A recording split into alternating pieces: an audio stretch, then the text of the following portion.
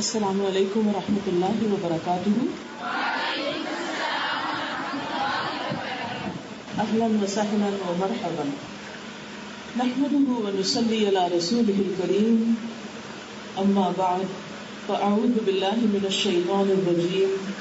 بسم اللہ الرحمن الرحیم. رب اشرح لي صدری ويسر لي امری واحلل عقدۃ من لسانی يفقهوا قولی. اللہ سبحانہ و تعالیٰ کا لاکھ لاکھ شکر ہے جس نے آج ہمیں زندگی اور صحت کے ساتھ یہاں لا بٹھایا اور اپنا ذکر کرنے کی توفیق عطا فرمائی. اللہ تعالیٰ سے دعا ہے کہ ہمارا یہاں آنا بیٹھنا قبول فرمائے، اور جنہوں نے اس مجلس کا اہتمام کیا ہے اور اس کے لیے ساری محنت کی ہے ان کی ساری محنت قبول فرمائے اور ان کے لیے اس کو صدقہ جاریہ بنائے. اللہ تعالیٰ سے دعا ہے کہ اللہ سبحانہ تعالیٰ ہمارا یہ آنے والا رمضان پچھلی زندگی کے سارے رمضانوں سے بہتر بنا دے. حقیقت یہ ہے کہ یہ ہم سب پر اللہ کا بہت بڑا احسان ہے کہ اس نے ہمیں پھر رمضان کے قریب لا کھڑا کیا. عقل مند انسان وہی ہوتا ہے جو کسی اہم موقع کے آنے سے پہلے ہی اس کی تیاری کر لے. ہم سب بھی ذہنی طور پر تو تیار ہیں ہی کہ چند دنوں کے بعد ہم سب رمضان میں داخل ہوں گے، روزے رکھیں گے، تراویح پڑھیں گے، عبادت کریں گے، ذکر اذکار کریں گے، اللہ کو راضی کریں گے. لیکن اس کے ساتھ ساتھ ہمیں ان باتوں کا بھی خیال رکھنا ہے کہ کرنے کے کاموں کے علاوہ وہ کون سے کام ہیں جن سے ہم نے بچنا ہے.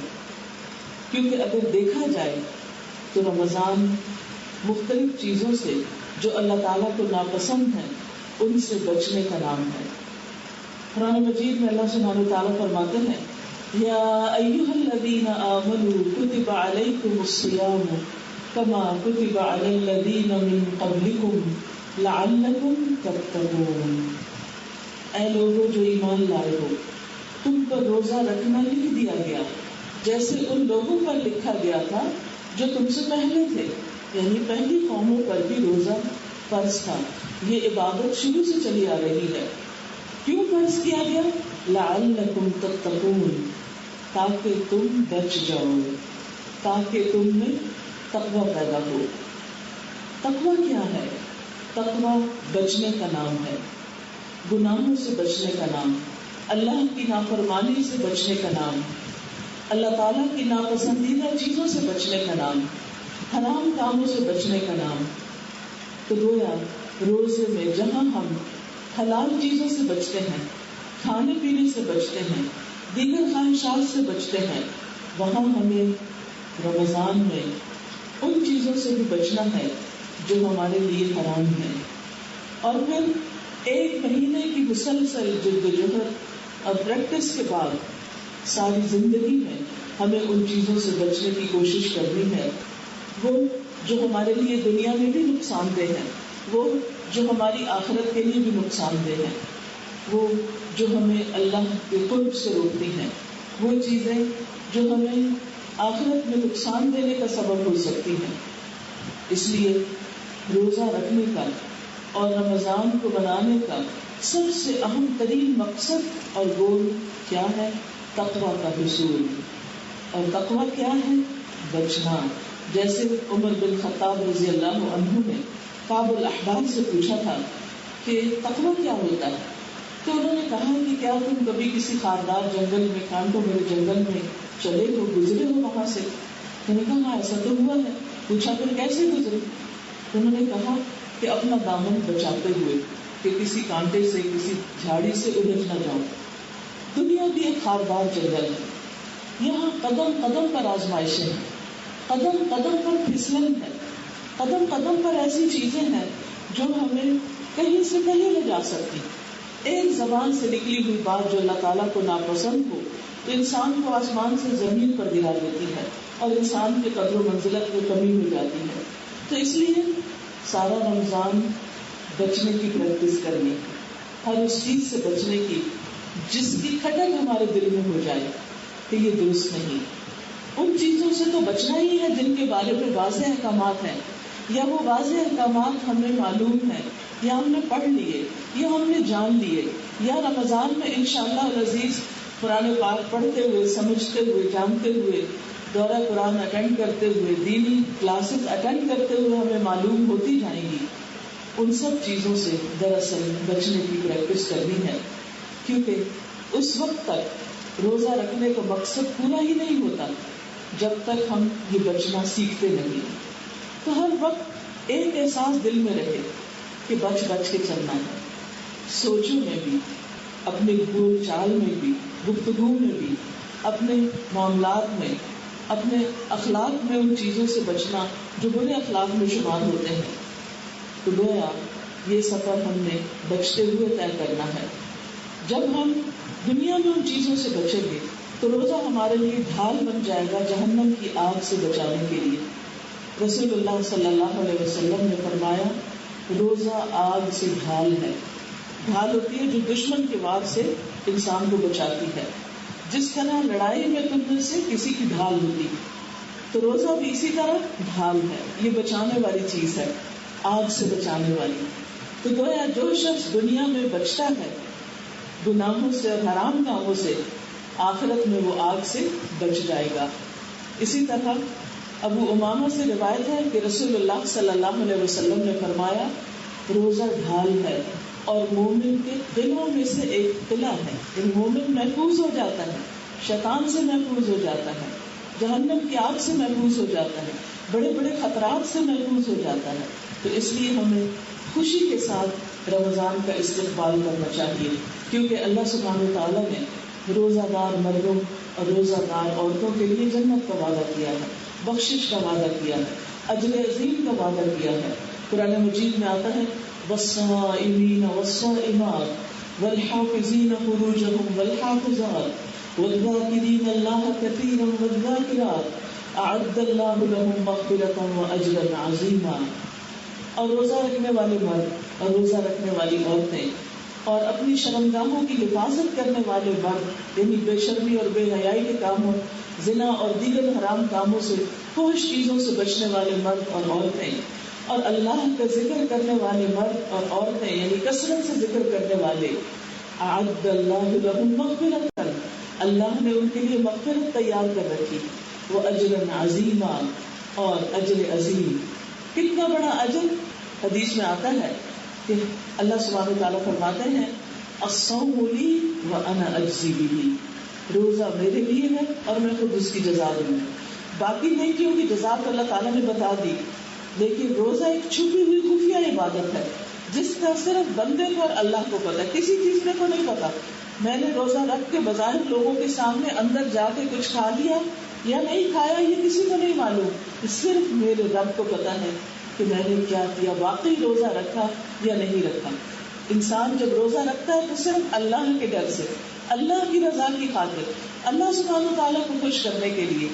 اس لیے اللہ سبحانہ تعالیٰ بھی بندے کو خوش کر دے گا اور قیامت کے دن جنت میں پکار آئے گی کلوا واشربوا ہنیئا بما اسلفتم فی الایام الخالیہ، کھاؤ اور پیو ہنیئا مزے سے، بما اسلفتم فی الایام الخالیہ ان اعمال کی وجہ سے جو تم نے گزشتہ دنوں میں کیے یا گزشتہ دنوں میں تم نے آگے بھیجے. تو اس کے بارے میں وکیع اور دیگر مفسرین کہتے ہیں ہی ایام الصوم اذا ترکوا فیہا الاکل والشرب، کہ اس سے مراد وہ دن ہے جس میں انسان روزہ رکھتا ہے جب وہ اپنا کھانا پینا چھوڑ دیتا ہے.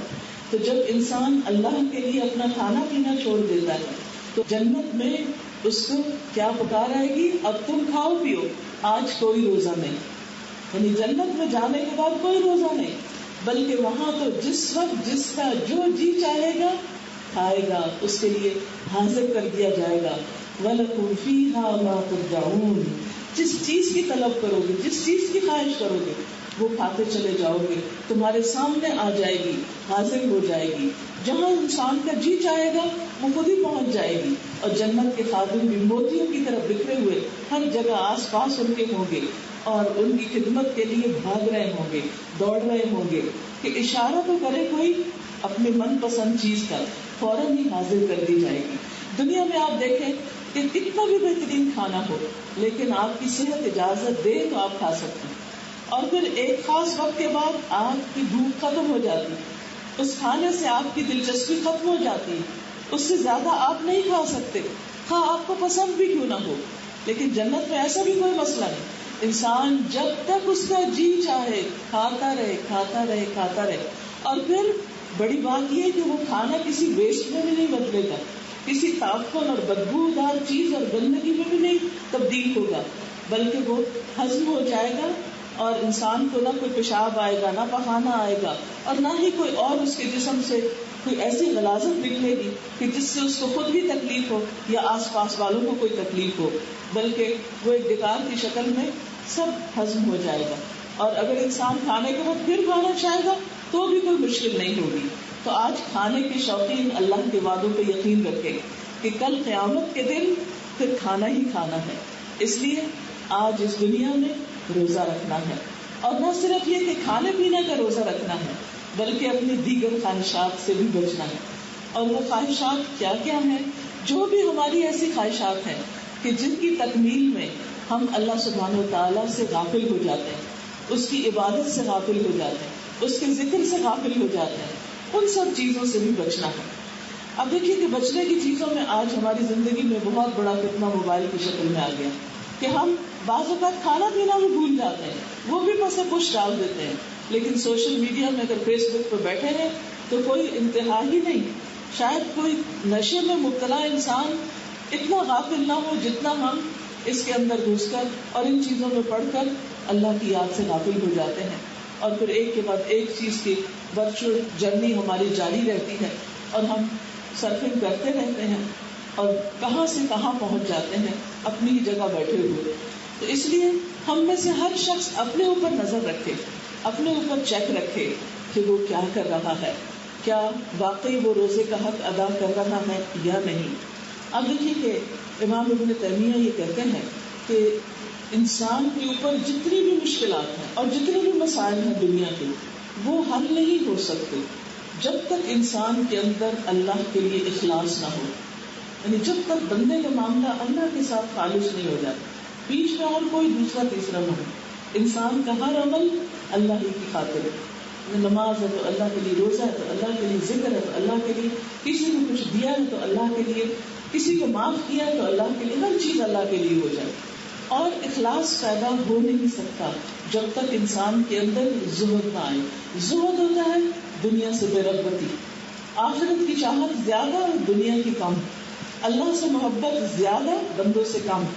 جب تک زہد پیدا نہیں ہوتا, جب تک اللہ کی محبت ہر چیز سے زیادہ نہیں ہوتی, ہر کام ہم اللہ کے لیے کر ہی نہیں سکتے. اور پھر جب تک ہمارا معاملہ خالصتاً اللہ کے لیے نہیں ہوتا, ہم اپنی عبادت میں صرف اس کو سامنے نہیں رکھ سکتے, وہ کوئی نہ کوئی ریاکاری کی شکل پیدا ہو جاتی. اور وہ کہتے ہیں کہ انسان کے اندر زہد پیدا نہیں ہو سکتا مگر تقویٰ کے ساتھ. یعنی جب تقویٰ آتا ہے تو پھر ہی انسان سے دنیا اور آخرت کی مشکلات دور ہوتی ہیں. آپ دیکھیں مشکلات تو کبھی ختم نہیں ہونی, چاہے ہم کتنا بھی اچھے کام کریں. ہاں ایسا ہی ہے, مشکلات بعض اوقات ختم نہیں ہوتی, لیکن جب ہمارے دلوں میں تقویٰ آ جاتا ہے, کیونکہ نبی صلی اللہ علیہ وسلم نے تقویٰ کا مقام کہاں بتایا؟ دل کے اندر. یعنی وہ موٹیویشن اندر سے اٹھتی ہے کہ ہم نے غلط چیزوں سے بچنا ہے. اور اسی لیے تقویٰ کا یہ معنی بھی بتایا جاتا ہے کہ اللہ کی محبت اور اللہ کا خوف, کیونکہ اللہ کی محبت اور اللہ کا خوف ہی انسان کو غلط کاموں سے اور غلط چیزوں سے بچاتا ہے. تو جب ہمارے اندر یہ چیز پیدا ہو جاتی ہے تو پھر ہم خوشی سے اچھے کام کرتے ہیں اور خوشی سے اس کی طرف بڑھتے ہیں, اور پھر وہ کسی پر احسان نہیں ہوتا, کسی کو دکھانا نہیں ہوتا, کسی سے اجر کی توقع بھی نہیں ہوتی, نہ اپنے اولاد سے, نہ اپنے گھر والوں سے, نہ اپنے دوستوں سے, کسی انسان سے. کیونکہ انسان کو صرف اسی وقت حقیقی خوشی مل سکتی ہے کہ جب وہ اپنے فرائض پورے کرنے کے بعد معاملہ اللہ کو چھوڑے, اجر کی توقع اللہ سے رکھے, اور اگر کسی چیز میں پھر بھی کمی آ رہی ہے تو اسی کو پکارے, اس سے دعا کرے, اپنے معاملات اس کے سپرد کر دے, دن میں بھی اور رات کو سوتے ہوئے بھی دعا پڑھ کے سوئے کہ اللہم اسلمت نفسی الیک، اللہ میں نے اپنا آپ تیرے حوالے کر دیا، ووجہت وجہی الیک، اور میں نے اپنا چہرہ تیرے سپرد کر دیا، میں نے اپنا رخ تیری جانب کر لیا، اور پھر وفوضت امری الیک، میں نے اپنا معاملہ تیرے حوالے کر دیا. یعنی جو بھی چیز مجھے بادر کر رہی، جو بھی چیز مجھے پریشان کر رہی ہے، میں اس پر پریشان نہیں ہوں گا، کیونکہ مجھے معلوم ہے کہ تو میرا رب ہے، تو ہر چیز پر قادر ہے، تو میرے دل کے حال بھی جانتا ہے، تو لوگوں کی زیادتیوں کو بھی جانتا ہے، تو میری عبادت کو بھی جانتا ہے، میری تڑپ اور میری پکار کو بھی جانتا ہے، تو میری نیتوں اور ارادوں سے واقف ہے کہ میں کیا کرنا چاہتا ہوں. اس لیے میرے معاملات تیرے حوالے، جہاں بھی مجھے مشکل ہے اس کو تو حل کر دے. ایاک نعبد و ایاک نستعین، جب یہ تعلق اللہ تعالیٰ سے پیدا ہو جاتا ہے تو انسان کے دل کے اندر ایک خاص سکون اور ٹھنڈک پیدا ہو جاتی ہے. پھر انسان دنیا سے بے نیاز ہونے لگتا ہے. باہر کا موسم تو گرم ہوتا ہی ہے، لیکن اصل ٹھنڈک انسان کے اپنے اندر آتی ہے. تقویٰ یہی سکون اور یہی ٹھنڈک انسان کے دل کے اندر لاتا ہے جب انسان خالصتاً اللہ کی رضا کے لیے عبادت کرتا ہے. اسی لیے ہم دیکھتے ہیں کہ اس تقویٰ کا حکم سب کو دیا گیا، پوری انسانیت کو. قرآن مجید میں اللہ تعالیٰ فرماتے ہیں یا ایھا الناس اتقوا ربکم، اے لوگوں اپنے رب سے ڈرو. یعنی سارے لوگوں کو رب سے ڈرنے کا حکم ہے، رب کا تقویٰ اختیار کرنے کا. ایک دوسری جگہ فرمایا یا ایھا الناس اعبدوا ربکم الذی خلقکم والذین من قبلکم لعلکم تتقون، اے لوگوں اپنے رب کی عبادت کرو جس نے تمہیں پیدا کیا اور ان کو بھی پیدا کیا جو تم سے پہلے گزرے ہیں، تاکہ تمہارے اندر تقویٰ پیدا ہو. تو گویا انسانوں کی عبادات کا، چاہے نماز ہو، روزہ ہو، حج ہو، زکوٰۃ ہو، صدقہ خیرات ہو، معافی اور درگزر ہو، حرام سے بچنا ہو، یہ ساری چیزیں اصل میں کس لیے ہیں؟ تاکہ ہمارے اندر وہ خاص کیفیت پیدا ہو جائے، یعنی تقویٰ کی کیفیت. اسی لیے قرآن مجید میں آتا ہے وَلَقَدْ وَصَّيْنَا الَّذِينَ أُوتُوا الْكِتَابَ مِنْ قَبْلِكُمْ وَإِيَّاكُمْ أَنِ اتَّقُوا اللَّهَ، اور بلا شبہ یقیناً ہم نے ان لوگوں کو جنہیں تم سے پہلے کتاب دی گئی، یعنی یہود و نصارہ، اور تمہیں بھی تاکیدی حکم دیا ہے کہ اتقوا اللہ، اللہ سے ڈرو. یعنی یہ تو ہمیں اپنے اندر پیدا کرنا ہی ہے. یہ تو اللہ کا شکر ہے جس نے روزے فرض کیے اور 30 دن تک ہمیں ایک ایسی ایکسرسائز کروائی کہ جس کے بعد ہمارے اندر یہ کیفیت آ جائے. اور پھر آپ دیکھیے کہ جب یہ کیفیت آ جاتی ہے، جب یہ تقویٰ آ جاتا ہے تو پھر انسان کو ملتا کیا ہے؟ جیسے پہلے میں نے عرض کیا کہ ایک دل کی ٹھنڈک اور سکون تو نصیب ہوتا ہے، یہ تو اپنے اندر ہوتا ہے، لیکن اس کے ساتھ ساتھ انسان اللہ کے نزدیک سب سے زیادہ عزت والا ہو جاتا ہے. جس کے اندر جتنا زیادہ تقویٰ کا لیول ہوتا ہے، جتنا زیادہ کوئی متقی ہوتا ہے، جتنا زیادہ وہ اللہ سے ڈرتا ہے، جتنا زیادہ وہ اپنی توجہ اللہ کی جانب رکھتا ہے، اتنا زیادہ وہ اللہ کی نگاہوں میں مکرم، معزز، رسپیکٹیبل ہو جاتا ہے. اللہ سبحانہ تعالیٰ کے ہاں کسی کی عزت ہو، اللہ کے ہاں کسی کا مقام اور درجہ ہو، یہ تو معمولی بات نہیں. وہ زمین و آسمان کا مالک ہے، وہ سارے بادشاہوں کا بادشاہ ہے، زمین و آسمان کے سارے خزانے اس کے ہاتھ میں ہیں، ہر چیز کا مالک وہی ہے اور ہر چیز پر قدرت بھی وہی رکھتا ہے. ان اللہ علی کل شیء قدیر. اور پھر جب اس کی نگاہوں میں انسان عزت والا ہو جاتا ہے تو وہ رب بندوں کے دلوں میں بھی عزت ڈال دیتا ہے، وہ بندوں کے دلوں میں بھی ایسے انسان کا مقام پیدا کر دیتا ہے. اور پھر حدیث میں آتا ہے کہ ہر خیر کی کنجی، ہر خیر کو اکٹھا کرنے والا تقویٰ ہی ہے. گویا عزت کے ساتھ ساتھ انسان جدھر بھی قدم رکھے، جو بھی کام کرے، جس طرف کو بھی جائے، اسے خیر و بھلائی ہی ملے گی. پھر اس کے ساتھ یہ کہ ہر مسئلے کا حل تقویٰ میں ہے. سورۃ الطلاق میں اللہ تعالیٰ فرماتے ہیں وَمَن يَتَّقِ اللَّهَ يَجْعَل لَّهُ مَخْرَجًا وَيَرْزُقْهُ مِنْ حَيْثُ لَا يَحْتَسِبُ. جو اللہ سے ڈرے گا، جو اللہ کا تقویٰ اختیار کرے گا، اللہ سبحانہ و تعالیٰ اس کے لیے ہر مشکل سے نکلنے کا راستہ بنا دے گا. کوئی رکاوٹ ہی نہیں رہے گی. کوئی چیز، کوئی مسئلہ ایسا نہیں جس میں سے انسان نکل نہ پائے، وہ ضرور نکل جائے گا اللہ کی مدد سے، اللہ کی تائید سے. یہ اللہ کا وعدہ ہے، یہ میرے الفاظ نہیں ہیں، یہ میرے اور آپ کے رب کے الفاظ ہیں. یہ اس کا وعدہ ہے. یجعل لہ مخرجا، اس کے لیے دروازے کھلتے چلے جائیں گے، اس کی مشکلیں آسان ہوتی چلی جائیں گی. اور خاص طور پر رزق، وَيَرْزُقْهُ مِنْ حَيْثُ لَا يَحْتَسِبُ، اور وہ اسے وہاں سے رزق عطا کرے گا جہاں سے اس کے وہم و گمان میں بھی نہیں ہوگا، اس کے خواب و خیال میں بھی نہیں ہوگا. ایک ہوتا ہے نا کہ انسان سوچتا ہے میں یہ جاب کر لوں، میں یہ بزنس کر لوں، میں یہ کام کر لوں، میں اس کی مدد لے لوں، یہاں سے دروازہ کھل لے، یہاں سے راستہ کھل جائے. اور ایک ہوتا ہے کہ آپ اپنا کرنے کا کام کرتے جائیں، اللہ سے ڈر کر صحیح راستے اختیار کریں اور اللہ تعالیٰ آپ کے لیے رزق کے دروازے کھولے. یہ صرف اسی وقت ہوتا ہے جب آپ اللہ کے ڈر جاتے ہیں. دوسری آیت میں فرمایا وَمَن يَتَّقِ اللَّهَ يَجْعَل لَّهُ مِنْ أَمْرِهِ يُسْرًا، جو اللہ کا تقوی اختیار کرے گا اللہ سبحانہ وتعالیٰ اس کے لیے ہر معاملے میں آسانی پیدا کر دے گا. يَجْعَل لَّهُ مِنْ أَمْرِهِ يُسْرًا، اس کے لیے یسر آسانی پیدا ہو جائے گی. تو گویا اللہ کا تقوی آسانیاں لاتا ہے، خوشیاں لاتا ہے، مشکلیں دور ہوتی ہیں، اللہ سبحانہ وتعالیٰ کی محبت نصیب ہوتی ہے. واللہ یحب المتقین، اللہ تقوی والوں سے محبت رکھتا ہے. ہم میں سے ہر شخص محبت پسند کرتا ہے، محبت چاہتا ہے، اور جس سے اللہ تعالیٰ محبت کرے پھر اس کے لیے کیا خوشخبریاں ہیں. اللہ سبحانہ وتعالیٰ جبریل کو بلاتے ہیں اور فرماتے ہیں کہ اے جبریل میں فلاں بندے سے محبت کرتا ہوں، تم بھی اس سے محبت کرو. جبریل اس سے محبت کرنے لگتے ہیں. پھر جبریل علیہ السلام آسمان والوں میں پکارتے ہیں کہ اے آسمان والو، اللہ سبحانہ وتعالیٰ فلاں بندے سے محبت کرتا ہے، تم بھی اس سے محبت کرو. آسمان والے اس سے محبت کرنے لگتے ہیں. پھر وہ محبت زمین میں اتار دی جاتی ہے تو اس کے آس پاس کے لوگ جو ہیں وہ بھی اس سے محبت کرنے لگتے ہیں. ایک وہ طریقہ ہے کہ ہم لوگوں کے پیچھے بھاگے کہ وہ ہم سے محبت کریں.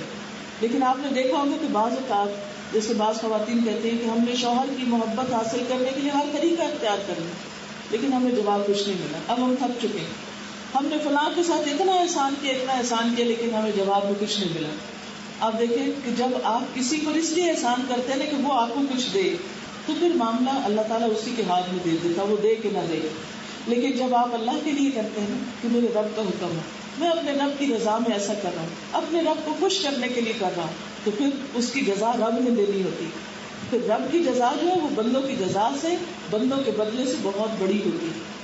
لیکن یہ اسی وقت ہے جب انسان کے دل میں اللہ کا تقویٰ اور اللہ کے اوپر توکل اور یقین اور اعتماد اور ایمان ایسا ہو کہ جو اس کے دل کو مزین کر دے، سجا دے، خوبصورت کر دے کہ جہاں کوئی غم اور رنج ٹکنا ہی نہ پائے. یعنی ایمان کی ایسی حرارت، ایمان کی ایسی شمع دل میں روشن ہو کہ کوئی غم قریب پٹکنے لگے تو وہ ایمان کی حرارت سے ختم ہو جائے، وہ وہاں ٹک ہی نہ پائے. کوئی وسوسہ اور کوئی بھی ایسے خیالات جو انسان کو پریشان کرنے والے ہوں، جب وہ دل کی طرف بڑھے تو دل کے اندر ایمان اور یقین اور توکل کی ایسی قوت ہو کہ اس کو باہر دھکیل دے.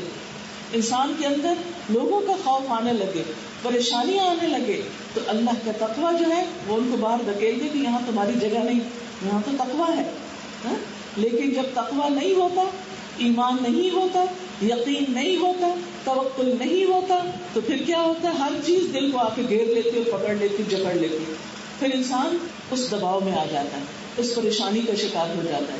اللہ تعالیٰ کا وعدہ ہے الا ان اولیاء اللہ لا خوف علیہم ولا هم يحزنون، خبردار آگاہ رہو، اللہ کے دوستوں پر نہ کوئی خوف ہوتا ہے اور نہ وہ غمگین ہوتے ہیں.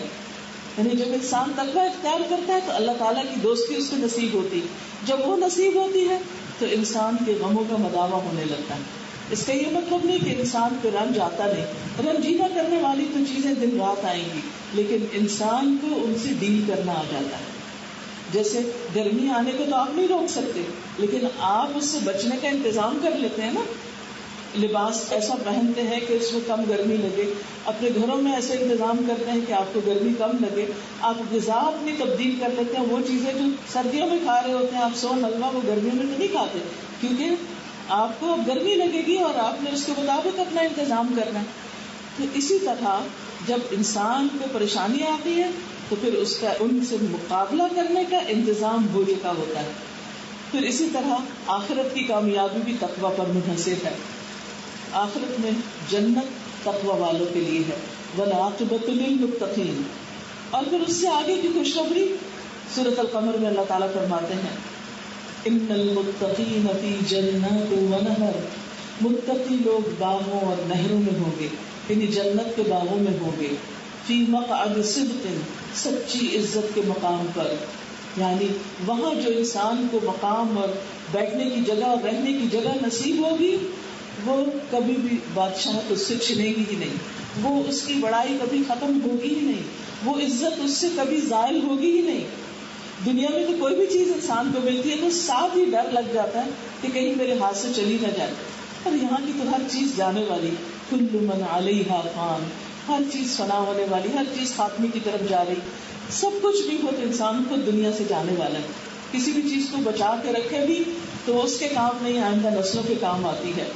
تو بہرحال جب وہاں پر ہوگا تو فی مقعد صدق عند ملیک مقتدر، اقتدار والے زبردست بادشاہ کے پاس، یعنی اہل جنت اللہ سبحانہ وتعالیٰ کا دیدار کریں گے، اس کے پاس بیٹھیں گے اور ہر طرح کی نعمت انہیں ملے گی. اور جب اللہ سبحانہ وتعالیٰ کا دیدار نصیب ہوگا تو اس کے بعد انہیں کوئی اور چیز یاد ہی نہیں رہے گی، کوئی اور نعمت ہی نہیں رہے گی. اور وہ چاہیں گے کہ یہ نعمت ہمیشہ ان کے پاس رہے. اور ہر جمعے کو اللہ سبحانہ وتعالیٰ کا دیدار کریں گے، اللہ تعالیٰ کی ملاقات کے لیے جائیں گے. اور جب وہ جائیں گے تو ان کا حسن اور بڑھ جائے گا.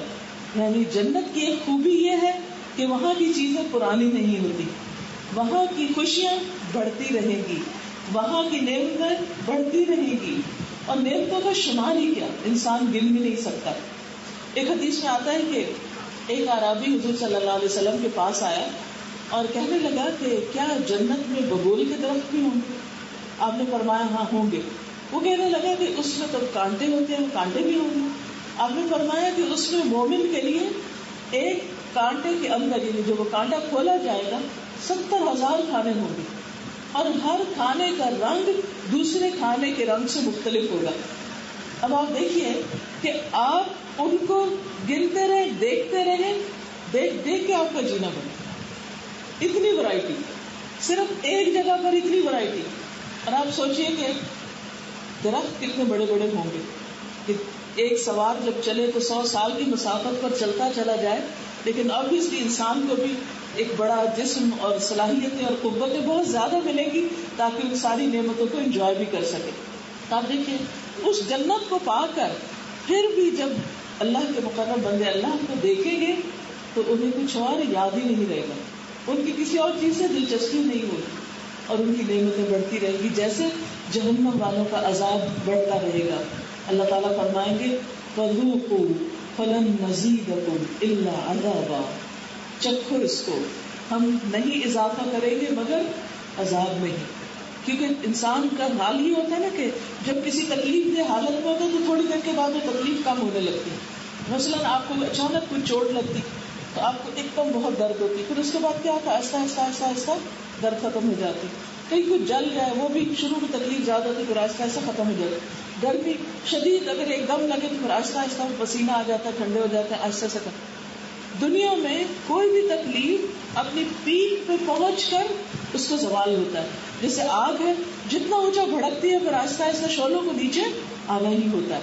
لیکن جہنم کا عذاب وہ کم نہیں ہوگا، وہ زیادہ ہوتا جائے گا، وہ بڑھتا جائے گا تاکہ اہل جہنم اس عذاب کو محسوس کر سکے. جیسے اہل جنت کے لیے مزہ بڑھتا جائے گا تاکہ اس مزے کو محسوس کر سکے. کیونکہ ایک ہی چیز اگر آپ بار بار کہیں نا تو زبان ایسی ہو جاتی ہے جیسے پھر وہ کوئی ٹیسٹ ہی نہیں رہتا.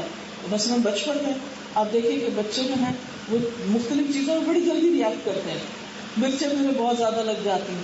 اسی طرح باقی چیزیں بھی، سونگنے کی صلاحیت ان کی زیادہ ہوتی ہے. آپ بے شک ایکسپیریمنٹ کر کے دیکھیں. لیکن جو آپ بڑے ہوتے جاتے ہیں آپ کی دیکھنے کی صلاحیت، سننے کی، آپ کی ٹیسٹ کی اور آپ کی سونگنے کی ساری صلاحیتیں کمزور پڑتی جاتی ہیں عمر گزرنے کے ساتھ ساتھ. جنت میں وقت کے ساتھ ساتھ یہ چیزیں بڑھتی جائیں گی. کبھی وہاں انسان بور ہی نہیں ہوگا، کبھی وہاں سے نکلنا ہی نہیں چاہے گا، کبھی ان نعمتوں کا خاتمہ ہی نہیں ہوگا. لیکن یہ نعمتیں کس کے لیے ہیں؟ متقین کے لیے ہے, اللہ کے محبوب بندوں کے لیے ہے.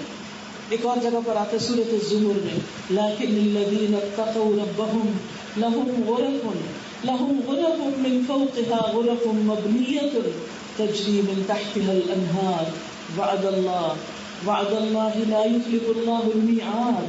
لیکن وہ لوگ جنہوں نے اپنے رب کا تقوی اختیار کیا ان کے لیے بالا خانے ہیں, جن کے اوپر خوب بنائے ہوئے بالا خانے, یعنی بلند سے بلند ترین منزلیں. یعنی دنیا میں انسان کو اگر کسی اونچے جگہ پر رہنا پڑے تو بعض اوقات تو بور ہو جاتے تھے کہ اتنی لفٹ سے بھی اتنا اپارٹمنٹس میں اوپر جاؤ, لیکن جنت اپارٹمنٹس میں نہیں ہے. جنت جو ہے اس کی بلندیاں تو کچھ اور ہی ہیں. جنت کے ایک درجے کا فاصلہ دوسرے سے اس طرح جیسے ہم آسمان کے ستاروں کو دیکھتے ہیں. تو آپ دیکھیے کہ جس کا ایک درجہ بھی ہم سے زیادہ ہوگا اس کے پاس اور کتنی زیادہ نعمتیں ہوں گی. تو بہرحال وہاں پر جتنی بلندیوں پر ہوگا نیچے انسان بہتی نہروں کو دیکھے گا, پانی کو دیکھے گا, اور سبزہ ہوگا اور حسین نظارے ہوں گے جن کو دیکھ دیکھ کر اس کی آنکھیں کبھی تھکیں گی بھی نہیں. لیکن یہ کس کے لیے ہے؟ تقوی والوں کے لیے. رسول اللہ صلی اللہ علیہ وسلم سے ایک مرتبہ پوچھا گیا کہ لوگوں کو اکثر کون سی چیز جنت میں داخل کرتی, یعنی کیا چیز جنت میں لے جاتی ہے؟ آپ نے فرمایا اللہ کا تقوی اور اچھا اخلاق. کیونکہ میزان میں اچھا اخلاق سب سے وزنی نیکی ہوگی. اور انسان کا کیا گھستا ہے, کیا جاتا ہے کہ انسان دوسرے کے ساتھ اچھی طرح پیش آئے, مسکرا کے بات کرے, اچھی طرح بات کرے, توجہ سے بات سن لے, دوسرے کو امپورٹنس دے, دوسرے کو اپنے پر فوقیت دے, اپنے سے آگے رکھے. اس سے کیا نقصان ہے؟ تو یہ اچھا اخلاق جو ہے نہ صرف یہ کہ دنیا میں بھی آپ کے لیے رہنا آسان کر دیتا ہے, جب آپ ان لوگوں کو بھی جو آپ سے دور دور رہتے ہیں آپ توجہ دے دیں, کیونکہ ہم سوچتے ہیں وہ روٹے ہم چھوٹے, ٹھیک ہے نہیں بولتے نہ بولے, ہم بھی آرام میں نہیں, لیکن پھر بھی ہمیں ایک دوسرے کی ضرورت تو ہوتی ہے نا, چھوٹ کے بھی تو گزارا نہیں. تو جن لوگوں کے ساتھ رہنا ہے اگر وہ ہمارے ساتھ بے رخی بھی کریں تو ہم معاف کرتے ہوئے, درگزر کرتے ہوئے, دل سے اچھا سلوک کریں, تو ایک نہ ایک دن پتھر بھی موم ہو جاتا ہے. پتھر دل لوگ بھی کسی نہ کسی دن پہ آرام ہو ہی جاتے ہیں, لیکن اچھے اخلاق کے ذریعے. اور برا اخلاق, آپ یقین کریں آپ کسی کے ساتھ دنوں تک مہینوں تک احسان کرتے رہے, لیکن ایک دفعہ آپ نے اس شخص کو اپنا ٹیمپرامنٹ دکھایا, غصہ کیا, بد اخلاقی برتی, کوئی برا بھلا کہہ دیا, تو آپ دیکھیں گے وہ کئی دنوں کا جو حسن اخلاق ہے نا, یا وہ جو کئی دنوں کا احسان ہے وہ بھول جائے گا, سب کچھ بھلا دے گا, اور آپ کی وہ بات یاد رکھے اور آپ سے کھنچ جائے گا, آپ سے پیچھے ہو جائے گا. انسانوں کے علاوہ آپ دیکھیں جانور, مثلا اگر آپ نے کوئی بلی پالی ہوئی ہے یا کوئی پیٹ ہے آپ کے پاس, کوئی چوزے ہیں, کچھ ہے, تو آپ دیکھیں کہ ان سے کتنی محبت ہو جاتی ہے. آپ ان کو ٹیپ کرتے ہیں, ان کو پیار کرتے ہیں, ان کے پاس بیٹھ کے ان سے کھیلتے ہیں, ان کو کھلاتے ہیں, پلاتے ہیں, اپنی جان سے زیادہ ان کا خیال رکھتے ہیں. کیونکہ انسان جس سے بھی محبت کرتا ہے لازماً اسے اپنے اوپر ترجیح دیتا ہے, اپنی خوشی پیچھے رکھتا ہے, اس کی خوشی آگے رکھتا ہے, اپنے آپ کو آرام دینا پیچھے رکھتا ہے, دوسرے کے آرام کا خیال رکھتا ہے. یہ محبت کی علامت ہے. محبت صرف زبانی دعووں کا نام نہیں ہوتا. بہرحال لیکن آپ دیکھیں کہ وہی بلی اگر آپ کو پنجہ مارے, نوچے, پھر آپ کیا کریں گے؟ تو دوبارہ آپ پیار کریں گے, آپ کے دل میں غصہ نہیں آئے گا, میں نے اس کے ساتھ اتنا کچھ کیا اور یہ میرے ساتھ کیا کر رہی. آپ ضرور آپ افینڈ ہوں گے, یہ ہو ہی نہیں سکتا. آپ یہ ٹھیک ہے کہ پھر آہستہ آہستہ آپ کا غصہ کم ہوگا اور آپ دوبارہ اچھے ٹرمز پر آ جائیں گے, لیکن یہ بات یاد رکھیے کہ اچھے اخلاق کا مظاہرہ کرنے میں اور برتنے میں بڑا ٹائم لگتا ہے, لیکن اس کو ڈھانے میں, اسے ختم کرنے میں, اسے خراب کرنے میں کچھ دیر نہیں لگتی. اس لیے کرنے کی چیزیں جہاں ہیں وہ تو ہیں, لیکن بچنے کی چیزیں اس سے بھی زیادہ امپورٹنٹ. اسی لیے اللہ سبحانہ وتعالیٰ نے روزہ رکھنے کے بعد یہ نہیں کہا اچھا اس میں پھر تم نمازیں زیادہ پڑھنا, پھر ذکر زیادہ کرنا, پھر تراویح پڑھنا, پھر صدقہ خیرات کرنا, یہ باتیں نہیں ہیں کہ روزہ اس لیے فرض کیا گیا ہے تاکہ تم رمضان میں یہ اور یہ کام. نہیں, کیا کہا کہ اس لیے فرض کیا گیا تاکہ تمہارے اندر تقویٰ آ جائے, تم برائی سے بچ سکو, برائی سے بچنے کی قوت آ جائے. کیونکہ جب وہ قوت آ گئی تو بہت سے مسئلے خود ہی حل ہو جائیں گے, بہت سی مشکلات سے خود ہی نکل آئیں گی. تو ہمیں جہاں کچھ کرنا ہے, کرنے کے کام یاد رکھنے ہیں, وہاں بچنے کی چیزیں بھی یاد رکھنی ہیں. اور خاص طور پر جو احسان کرنے والے ہیں ان کا دل دکھانے سے ان کو پریشان کرنے سے، ان کے ساتھ برا سلوک کرنے سے انسان کو بچنا چاہیے. ہم پر جو احسان ہے عام تر لوگوں کا، ان میں سب سے بڑھ کر ہمارے والدین ہیں، سب سے بڑھ کر ہمارے والدین. آپ دیکھیے کہ رمضان میں والدین کے ساتھ اچھے سلوک کی پھر تجدید کریں اور زیادہ کیئرفل ہوں. خصوصی رمضان کا کوئی تحفہ ان کو دیں، ان کا دل خوش کریں، ان کے لیے کوئی ایسی چیز کریں کہ جو ان کو پسند ہے. ہو سکتا ہے وہ اپنے لیے کچھ نہ لینا پسند کریں، لیکن وہ چاہیں کہ آپ دوسروں کو دیں ان کے پیاروں کو. بعض اوقات کیا ہوتا ہے جو ان کے پیارے ہوتے ہیں وہ آپ کے پیارے نہیں ہوتے. وہ چاہتے ہیں آپ بھائی کے بچوں کو کچھ دیں، اور آپ کو بھابھی اچھی نہیں لگتی، آپ کیا چاہتی ہیں؟ نہیں میں غریبوں کو دے دوں گی، ان کو میں نے نہیں دینا. اور اس طرح انسان بعض اوقات اپنے ہی رشتے داروں سے دور ہوتا ہے. لیکن ہم دیکھتے ہیں کہ ہمارے ماں باپ کو وہ بڑے پسند ہیں. ماں باپ کو خوش کرنے کے لیے بھی ہم ان کے ساتھ اچھا سلوک کریں تاکہ ان کا دل خوش ہو. بعض اوقات بہن بھائیوں کے آپس میں ان من لڑائی وغیرہ جو ہوتی ہے وہ ماں باپ کو بڑی تکلیف دیتی ہے. ان کی خاطر آپس میں صلح کر لیں، صلح رحمی کر لیں. حدیث میں آتا ہے جو شخص یہ چاہتا ہو کہ اس کے رزق میں برکت ہو، اس کی عمر میں برکت ہو، اسے چاہیے رشتے داروں سے اچھا سلوک کرے. اور اچھے سلوک کا مطلب یہ نہیں کہ وہ اچھا کرے تو آپ اچھا کریں. اچھا سلوک یہ کہ وہ نہ بھی کرے تو بھی آپ ان کے ساتھ اچھا کرنے والے ہوں. یہ ہے اچھا سلوک. تو والدین کے ساتھ اچھا کرنا ہے. اور کیسے کہ وہ ہمیں کچھ بھی کہیں، ولا تقل لهما اف، اف بھی نہیں کہنا، یہ قرآن کا حکم ہے. ولا تنہرهما، ڈانٹنا بھی نہیں، اونچی آواز سے بولنا بھی نہیں. اور پھر اور کیا کرنا ہے؟ ایک اور جگہ پر آتا ہے وصاحبهما فی الدنیا معروفا، ان کے ساتھ دنیا میں بھلے طریقے سے زندگی بسر کرنا. تو یہ کرنے کا کام ہے. اور اس میں بچنے کی چیز کیا ہے کہ جس میں ہم اف بھی نہیں کہنا. یہ بھی قرآن مجید میں یہ تو کہا کہ والدین کا شکر ادا کرو اور والدین کے ساتھ احسان کرو، یہ بات کر کے ساتھ ہی بتایا کیا نہ کرو. تو جو نہیں کرنا، جب تک اس سے نہیں نہ بچتے ہم تو کرنے والے کام بھی بے فائدہ ہو جاتے ہیں. آپ ماں باپ کو دے بھی رہے ہیں، آپ ان کی خدمت بھی کر رہے ہیں، آپ ان کا بھی خیال رکھ رہے ہیں جن کو والدین چاہتے ہیں، لیکن آپ ماں باپ کے ساتھ بد اخلاقی کرتے ہیں، بدتمیزی برتتے ہیں، زور سے بولتے ہیں، ڈانٹتے ہیں. آپ یاد رکھیے والدین دکھی ہی رہیں گے چاہے آپ کتنے بھی خدمت گزار ہوں، جب تک آپ یہ دو چیزیں چھوڑیں گے نہیں جن کو چھوڑنے کے لیے قرآن نے کہا ہے کہ ان کو چھوڑ دو. اسی طرح محسنین میں اور کون ہوتے ہیں؟ شوہر. نبی صلی اللہ علیہ وسلم نے خاص طور پر ہسبینڈ کی ناشکری سے منع کیا کہ جن کا تم پر احسان ہے ان کی ناشکری سے بچو. آپ کے الفاظ کا معنی ہے تم میں سے ایک دنوں تک اپنے ماں باپ کے گھر بن بیاہی بیٹھی رہتی، رشتہ نہیں آتا، رشتہ رشتہ رشتہ، اس کی طلاق. رشتہ آتا ہے، پھر شادی ہوتی، پھر شوہر کے گھر آتی، اللہ سبحانہ تعالیٰ اس کو نعمتوں سے نوازتے ہیں. پھر کسی بات پر شوہر سے ناراض ہوتی ہے تو پکار اٹھتی ہے کہ میں نے تو یہاں کبھی کوئی خیر دیکھی ہی نہیں، مجھے تو اس شادی کے بعد کچھ ملا ہی نہیں، میری تو قسمت ہی ٹوٹی ہوئی. یہ ہے ناشکری، اس سے بچنا ہے. تو رمضان میں جن کا حق ادا کرنے کے لیے کہا گیا ہے ان کا حق ادا کرنا ہے. پھر آپ دیکھیے بہت سی عورتیں سارے گھر کے کام کریں گی، شوہر کی خدمت بھی کریں گی. کئی خواتین کو تو میں نے یہاں تک دیکھا ہے کہ وہ بیچاری سارے دن کے کاموں کے بعد تھک ہار کر شوہر کو بھی دبا رہی ہیں، ساس کو بھی دبا رہی ہیں، پانی بھی بستر پہ لا کے دے رہی ہیں، ہر کام کر رہی ہیں، لیکن ساتھ ساتھ بد زبانی نہیں چھوڑ رہی. اب نتیجہ کیا ہوتا ہے؟ جو وہ کر رہی ہوتی ہے ساتھ ساتھ صفائی دھلائی ہوتی چلی جاتی. پھر وہ کہتی ہیں ہم اتنا کرتے ہیں اتنا کرتے ہیں، وہ ہمارے ساتھ اچھا سلوک نہیں کرتی. مشکل یہ کہ ہم ایک چیز مس کر گئے، بھول گئے، اور وہ یہ کہ کرنے کے ساتھ ہم نے جو نہیں کرنا چاہیے وہ چھوڑا نہیں. تو ہمارا دین ہمیں صرف کرنے کے کاموں کی لسٹ نہیں دیتا، اس کے ساتھ ہمیں یہ بھی بتاتا ہے کیا نہیں کرنا. اب آپ نے خود دیکھنا ہے کہ کیا چیزیں ان کو افینڈ کر دیتی ہیں. اب دیکھیے شوہر عورت سے اپنی بیوی سے محبت کرتا ہے ایز لانگ ایز وہ اس کی رسپیکٹ کرتی. جو عورتیں اس نقطے میں جانتی ہیں کہ میاں کی عزت کرنی ہے، اس کے آگے چیخنا چلانا نہیں، اس کے ساتھ بدسلوکی نہیں کرنی، اس کے ساتھ بدتمیزی نہیں کرنی، وہ محبت اور رسپیکٹ گین کر لیتی. کیونکہ کئی دفعہ ایسا ہوتا ہے وہ بھی انسان ہے، ہم بھی انسان ہیں، وہ بھی غصے میں ہم بھی آ جاتے ہیں. لیکن اگر آپ چاہتے ہیں کہ گھر کا سکون بحال رہے، آپ کے بچے نفسیاتی مریض نہ بنے، تو پھر کنجی آپ کے ہاتھ میں ہے، کرنا آپ نے ہے جو کرنا ہے. اور وہ کیا ہے؟ حد المسا اپنے گھر کے ٹیمپریچر کو کول رکھنا ہے, اس کو ٹھنڈا رکھنا ہے. اور وہ جب ٹھنڈا ہوگا جب آپ ٹھنڈے ہوں گے, جب آپ بد زبانی سے بچیں گے, جب آپ چیخنے چلانے اور شور کرنے سے بچیں گے گھر میں, جب آپ اپنے غصے کو کنٹرول کر لیں گے.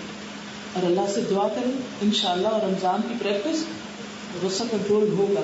لہٰذا رمضان میں تقویٰ کے حصول کے لیے حقوق العباد میں ہم نے ان چیزوں سے بچنا ہے جن سے وہ تکلیف میں مبتلا ہو. ہمسایوں کے ساتھ احسان کا کتنا حکم دیا گیا. نبی صلی اللہ علیہ وسلم نے فرمایا کہ مجھے یوں لگا جیسے جبریل ان کو ہمارے ورثے میں بھی وارث بنا دے گی. یعنی اس حد تک آپ نے اچھے سلوک کی تلقین کی, احسان کی تلقین. لیکن اگر آپ مثلاً اپنے ہمسایوں کے ساتھ اچھا بھی کرتے ہیں لیکن ساتھ ساتھ ایسے کام بھی کرتے ہیں جو انہیں تکلیف دیتے ہیں, راتوں کو شور کرنا, گاڑی کے ہارن بجانا, یا پھر چیخنا چلانا کہ اپنے گھر کا شور ادھر جا رہا ہو, یا دیواروں میں کیل ٹھونکنا, یا رات کو بیٹھ کے کچھ کوٹنا شروع کر دینا کہ ان کی نیند حرام ہو, کوئی بھی ایسے کام. جس طرح انسان اپنے آرام کا خیال رکھتا ہے ایسے ہی ہمسایوں کے آرام کا بھی خیال. اسی طرح رشتے دار ہیں تو رشتے داروں کو آپ ہو سکتا ہے بہت کچھ دیتے دلاتے ہیں, لیکن اس کے ساتھ ساتھ اس چیز کا خیال رکھنا دے کے احسان نہیں جتانا. قرآن مجید میں اللہ تعالیٰ فرماتے ہیں لا تبطلوا صدقاتکم بالمن والاذى, اپنے صدقات کو احسان جتا کے اذیت دے کے ضائع نہ کرو. لا تبطلوا, بعض اوقات ہم دے بھی دیتے ہیں اس کے ساتھ ہم احسان جتاتے ہیں اور دکھ دیتے ہیں, باتیں بھی سنا دیتے ہیں, تمہارے ساتھ یہ بھی کیا, یہ بھی کیا, یہ بھی کیا, شکایتیں بھی لگانی شروع کر دیتے ہیں. پھر اس کے بعد سرونٹس, خادم, آپ کے مددگار, کیا حکم ہے کہ رمضان میں ان سے کتنا کام لو جتنی ان میں ہمت ہے. اگر کام زیادہ ہے تو خود بھی مدد کرو, پھر ان کی ہیلپ بھی بڑھا دو. اگر آپ ہیلپ نہیں کر سکتے کسی اور کو لے آؤ کہ وہ ان کی ہیلپ کرے, لیکن ان پر ان کی ہمت سے زیادہ بوجھ نہ ڈالو. یہ ہے تقویٰ, یہ ہے روزے کا مقصد, یہ ہے اللہ کی خاطر روزہ رکھنا اور اس کے تقاضے پورے کرنا. حدیث میں آتا ہے جو شخص اللہ کی رضا کے لیے ایک دن روزہ رکھے, یعنی اس میں اللہ کو راضی کرے اور اسی پر اس کا اختتام ہو, تو وہ جنت میں داخل ہوگا. یہ ہے روزے کی جزا. پھر اسی طرح یہ ہے کہ ہر کام رمضان میں ایمان اور ثواب کی نیت سے کرنا. حدیث میں آتا ہے من صام رمضان ایمانا واحتسابا غفر له ما تقدم من ذنبه, جس نے ایمان اور ثواب کی نیت سے اپنی نیت کا جائزہ لیتے ہوئے اپنا احتساب کرتے ہوئے روزہ رکھا, غفر له ما تقدم من ذنبه, اس کے پچھلے سارے گناہ معاف. ومن قام رمضان ایمانا واحتسابا, جس نے رمضان کی راتوں کو قیام کیا ایمان اور احتساب یعنی ثواب کی نیت سے, غفر له ما تقدم من ذنبه, پچھلے گناہ معاف. ومن قام لیلۃ القدر ایمانا واحتسابا غفر له ما تقدم من ذنبه, اور جو ایمان اور ثواب کی نیت سے لیلۃ القدر کا قیام کرے گا اس کے بھی پچھلے گناہ معاف ہو جائیں گے.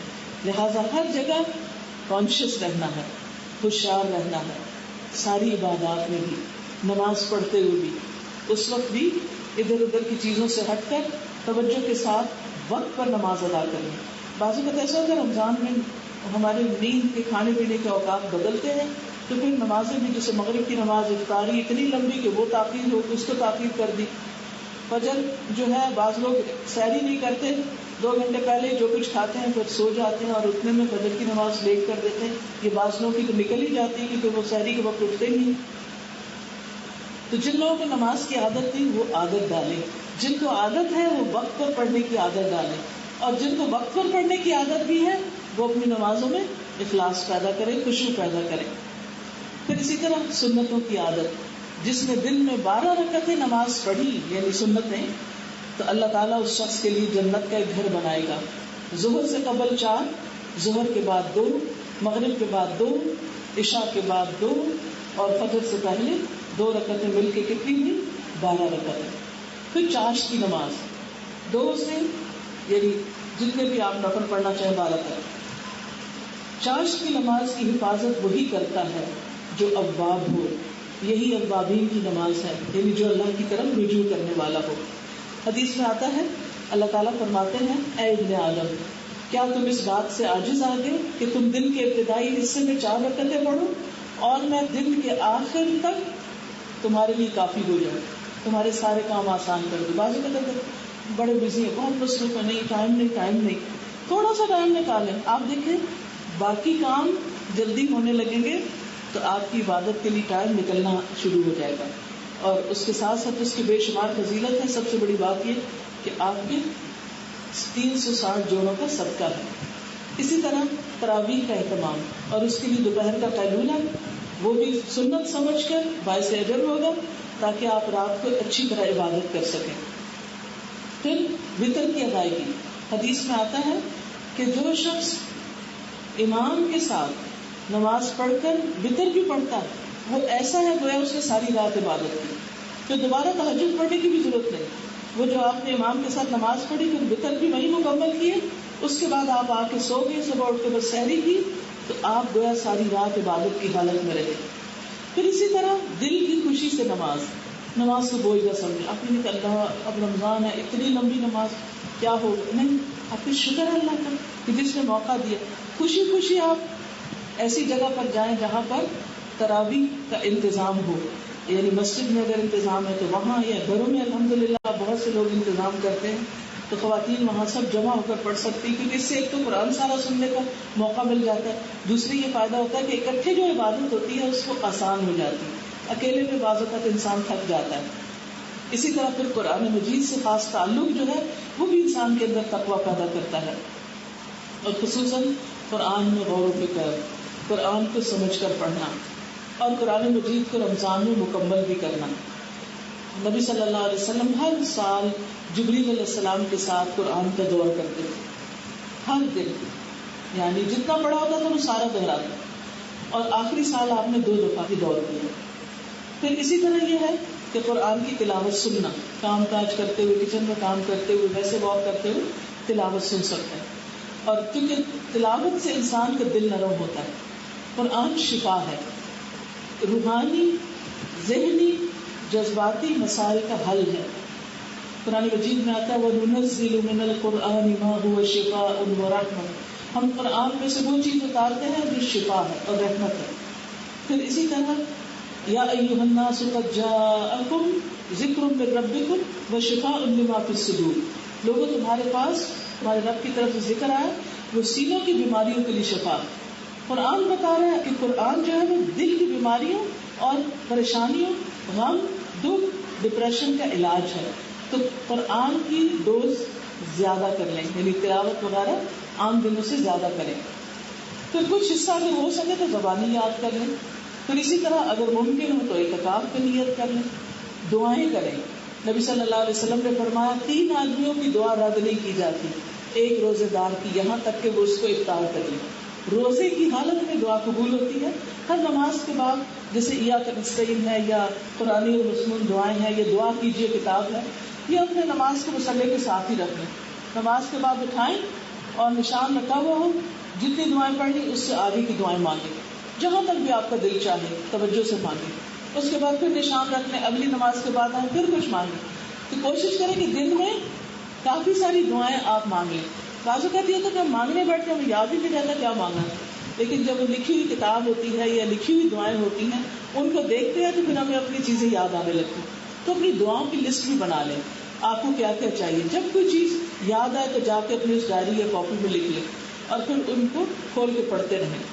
اور خاص طور پر تقویٰ کے حصول کے لیے اللہم انی اسألک الہدی والتقی والعفاف والغنی اللہم آت نفسی تقواها وزکها انت خیر من زکاها انت ولیها ومولاها.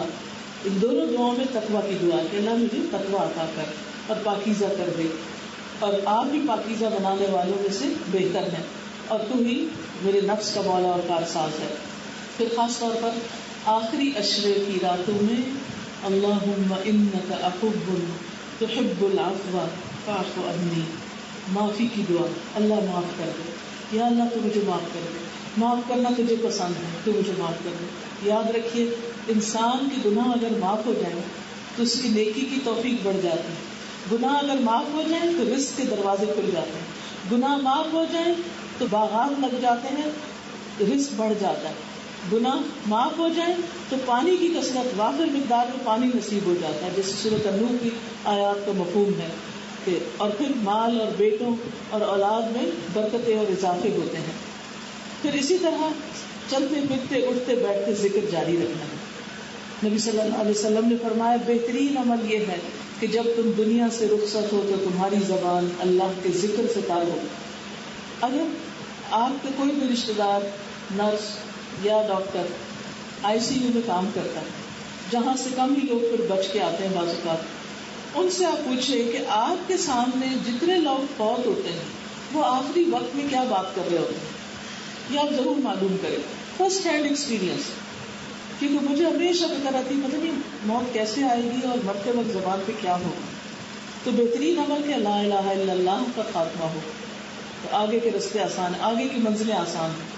لیکن وہ اسی وقت ہوگا نا جب دنیا میں بھی ہم ذکر کی عادت ڈالیں. تو آپ دیکھیے کہ ایسے لوگوں سے میرا براہ راست انٹریکشن ہوا اور جو باتیں انہوں نے بتائیں وہ بڑی تکلیف دہ تھی.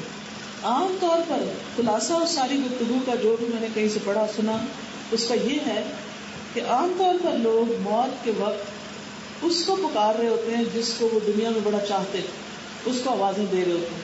کوئی کھیلوں کی باتیں کر رہے ہوتے ہیں, کوئی اپنے بزنس اور مال کی باتیں کر رہا ہوتا ہے, مال کی جمع تفریق کر رہا ہوتا ہے, کوئی چابیاں مانگ رہا ہوتا ہے, کوئی کچھ کر رہا ہوتا ہے. تو یعنی ہر ایک کا تجربہ مختلف.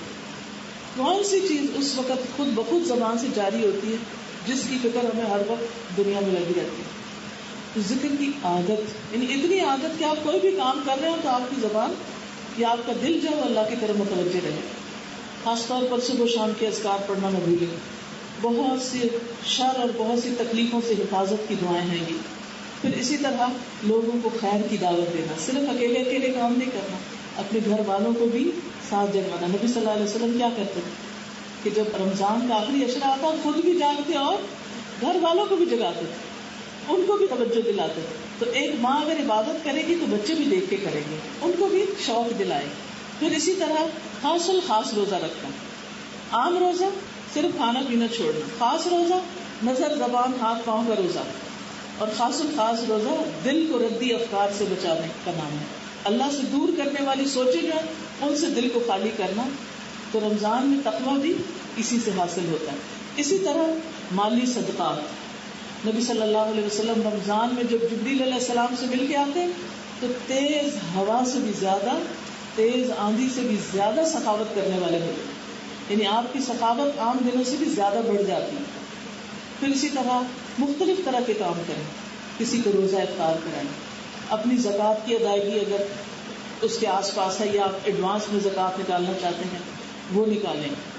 پھر اسی طرح زکوٰۃ الفطر, پھر اسی طرح عمرہ کرنا, کیونکہ رمضان میں عمرہ جو ہے وہ نبی صلی اللہ علیہ وسلم کے ساتھ حج کرنے کے برابر ہے. تو ظاہر ہے اس پر بھی آپ کو پیسے لگیں گے, وہ آپ کسی کو صدقہ نہیں دے رہے, وہ آپ اپنے لیے ایک نیکی کا کام کریں, یہ بھی فی سبیل اللہ ہے. پھر اسی طرح اپنے رشتے داروں کے لیے کچھ نہ کچھ کریں, ان کے لیے کوئی تحفے تحائف دیں, اپنے والدین کو خاص گفٹ کریں, اگر زندہ ہیں تب بھی, اگر فوت ہو گئے ہیں تب بھی. فوت شدہ کے لیے کیا کریں گے, ان کی طرف سے کچھ نہ کچھ صدقہ ضرور کریں تاکہ ان کو ثواب پہنچے. ایصال ثواب کے لیے ان کے صدقہ کریں. اس میں آپ کھانا کھلانا اور غریبوں کو راشن دینا اور کنویں کو کھدوانا اور ہسپتال بنانا اور دیگر نیکی کے کام کرانے کے ساتھ ساتھ آپ تعلیم کے کام, کتابیں چھپوانا یا ان کی تقسیم کرنا یا لوگوں کے لیے دینی مجلسوں کا اہتمام کرنا. مثلاً آپ اپنے گھر میں انتظام کر رہے ہیں تو ظاہر ہے آپ کی بجلی بھی جا رہی ہے, آپ کا پنکھا چل رہا ہے, آپ ایکسٹرا صفائی کروا رہے ہیں, کئی خرچے بڑھ جاتے ہیں. ان کو خوشی خوشی, دل پہ بات بھی نہ آنے دیں, خوشی خوشی کریں کہ یہ فی سبیل اللہ ہے. تو یہ ساری چیزیں آپ کے لیے انشاءاللہ صدقہ جاریہ بنے گی جو آپ کریں گے. پھر اسی طرح یہ ہے کہ خاص طور پر اپنی زبان کی حفاظت کرنا, اور اس میں یہاں ایک حدیث سناؤں گی کہ جب صبح ہوتی ہے تو انسان کے سارے اعضاء زبان کے آگے ہاتھ جوڑتے ہیں, منتیں کرتے ہیں, ہمارے معاملے میں تم اللہ کا تقوی اختیار کرو, اگر تم سیدھی رہے تو ہم بھی سیدھے رہیں گے, تم ٹیڑھی ہوگی تو ہم بھی ٹیڑھے ہو جائیں گے. نبی صلی اللہ علیہ وسلم نے فرمایا مومن تانا دینے والا, لعنت کرنے والا, نازیبا گفتگو کرنے والا اور فحش گوئی کرنے والا نہیں ہوتا. ان چیزوں سے بچنا ہے. نبی صلی اللہ علیہ وسلم نے فرمایا جس نے بری باتیں کرنا اور جھوٹ نہ چھوڑا, اللہ کو اس کی کوئی ضرورت نہیں کہ کوئی شخص اپنا کھانا پینا چھوڑے. اصل روزہ صرف کھانا پینا چھوڑنے کا نام نہیں بلکہ فضول باتیں بھی چھوڑنی ہیں. اللہ گفتگو, فضول قسم کی باتیں جن کا کوئی مقصد نہ ہو, جس سے کسی کو کوئی فائدہ نہ ہو, ان باتوں کو بھی چھوڑ دینا ہے. پھر اونچی آوازوں پہ کنٹرول کرنا کہ دوسرے ڈسٹرب نہ ہو, کیونکہ رمضان میں کوئی کسی وقت آرام کر رہا ہے تو کسی وقت کر رہا ہے, تو اس چیز کا بھی لحاظ رکھنا ہے. پھر اسی طرح اپنے سارے اعمال کا جائزہ لینا ہے اور اتنا کرنا ہے کہ جو آپ سارا مہینہ نبھا سکیں. سبحان اللہ والحمد للہ ولا الہ الا اللہ واللہ اکبر ولا حول ولا قوة الا باللہ العلی العظیم. اللهم صل على محمد وعلى آل محمد كما صليت على إبراهيم وعلى آل إبراهيم إنك حميد مجيد. اللهم بارك على محمد وعلى آل محمد كما باركت على إبراهيم وعلى آل إبراهيم إنك حميد مجيد. ربنا آتنا في الدنيا حسنة وفي الآخرة حسنة وقنا عذاب النار. ربنا لا تزغ قلوبنا بعد إذ هديتنا وهب لنا من لدنك رحمة إنك أنت الوهاب. ربنا هب لنا من أزواجنا وذرياتنا قرة أعين واجعلنا للمتقين إماما. يا حي يا قيوم برحمتك أستغيث. لا إله إلا الله وحده لا شريك له له الملك وله الحمد وهو على كل شيء قدير. سبحان الله والحمد لله ولا إله إلا الله والله أكبر ولا حول ولا قوة إلا بالله العلي العظيم. اللهم صل على محمد وعلى آل محمد كما صليت على إبراهيم وعلى آل إبراهيم إنك حميد مجيد. اللهم بارك على محمد وعلى آل محمد كما باركت على إبراهيم وعلى آل إبراهيم إنك حميد مجيد. الله أكبر كبيرا والحمد لله كثيرا وسبحان الله بكرة وأصيلا. سبحان الله وبحمده سبحان الله العظيم. سبحان الله وبحمده سبحان الله العظيم. سبحان الله وبحمده سبحان الله العظيم. اللهم إنا نسألك الهدى والتقى والعفاف والغنى. اللهم آت نفسي تقواها وزكها أنت خير من زكاها أنت وليها ومولاها. يا حي يا قيوم برحمتك أستغيث. اللهم إني أسألك من الخير كله عاجله وآجله ما علمنا منه وما لم نعلم ونعوذ بك من الشر كله عاجله وآجله ما علمنا منه وما لم نعلم. اللهم إنا نعوذ بك من جهد البلاء ودرك الشقاء وسوء القضاء وشماتة الأعداء. يا حي يا قيوم برحمتك أستغيث. یا رب العالمین جو کچھ ہم نے پڑھا ہے سنا ہے تو اسے قبول فرما, ہمیں اس کی صحیح سمجھ اور فہم عطا فرما, ہمیں اس پر عمل کرنے کی توفیق عطا فرما. یا اللہ یہ رمضان ہمارے پچھلے سارے رمضانوں سے اچھا گزرے. یا اللہ ہمارے اندر تقویٰ پیدا ہو جائے. اللہ تعالیٰ ہم ہر چیز میں سے حرام کو چھوڑ دیں, گناہوں کو چھوڑ دیں, شک و شبہ والی چیزوں کو چھوڑ دیں اور تیرے پسندیدہ بندے بن جائیں. اللہ تو ہمارے روزی اور نمازیں اور دعائیں اور ذکر اور صدقہ قبول فرمانا اور راتوں کی عبادت کو قبول فرمانا. ہم صحت اور تندرستی کے ساتھ اس کی توفیق عطا فرمانا. یا رب العالمین جتنی بہنیں آئی ہیں ان کے دلوں میں جو دعائیں ہیں انہیں قبول فرما, جو ان کی پریشانیاں ان کو دور فرما, ان کے دکھ دور فرما, ہم سب کو نیکی کی توفیق عطا فرما. یا اللہ ہماری اولاد کو ہماری آنکھوں کی ٹھنڈک بنا. یا رب العالمین انہیں ہمارے لیے صدقہ جاریہ بنا.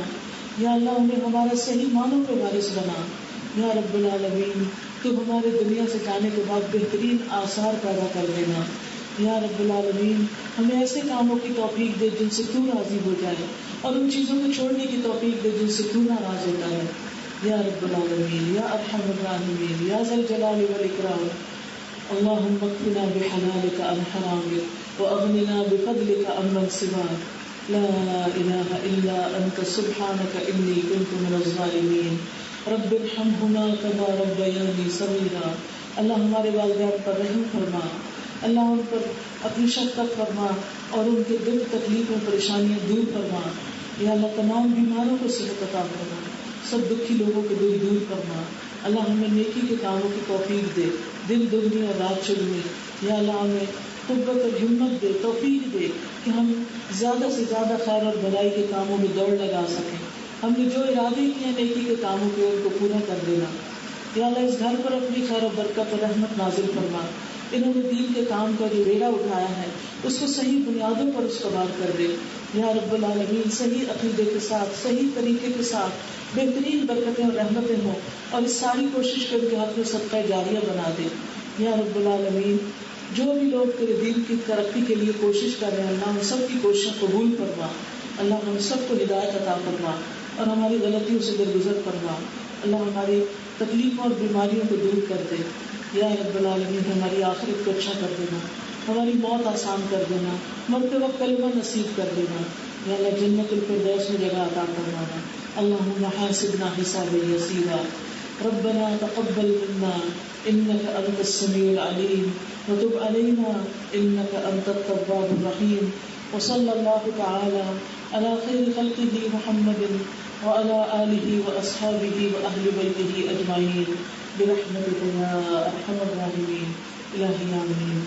سبحانك اللهم وبحمدك أشهد أن لا إله إلا أنت أستغفرك وأتوب إليك. السلام علیکم ورحمۃ اللہ وبرکاتہ.